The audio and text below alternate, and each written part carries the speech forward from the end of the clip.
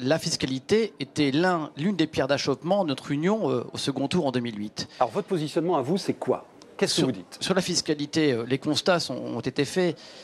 D'abord, je rappellerai qu'il y a des gens qui malheureusement ne payent pas d'impôts à Béthune. Il faut aussi penser à ces gens-là parce qu'on parle souvent des impôts et des gens qui en payent, mais n'oubliez pas qu'il y a aussi une forme de solidarité à avoir.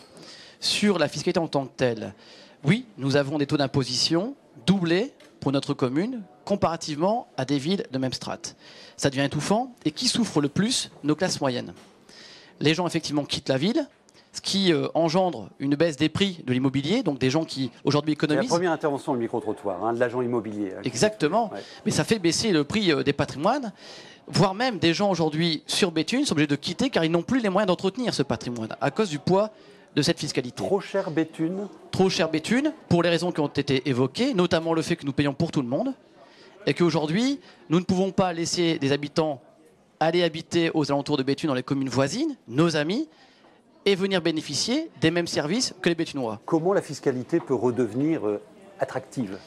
Eh bien, je vais vous dire, pour moi, là, c'est pas une question politique, c'est une question technique. Et en plus, les chiffres, quelque part, ça me parle, parce que je suis du monde bancaire. C'est pas simple, les chiffres, parce que vous avez un contexte extérieur et un contexte intérieur. En tout cas, moi, je dis, c'est que quand nous avons la volonté d'avancer, nous avons des solutions.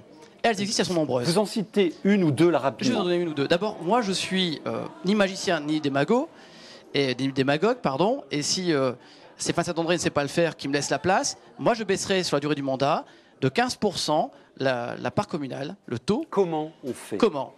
Il nous faut un plan Sully à Béthune, sur à la fois les recettes et les dépenses. Sur les recettes, il nous faut absolument retravailler la question de l'intercommunalité. Qui prend en charge quoi aujourd'hui? Donc une question de partage des compétences. Mais bien entendu, où nous avons une compensation. Qu'est-ce qu'on transfère? Alors c'est où des transferts ou une compensation versée par Artois-Cop. Vous parlez des recettes.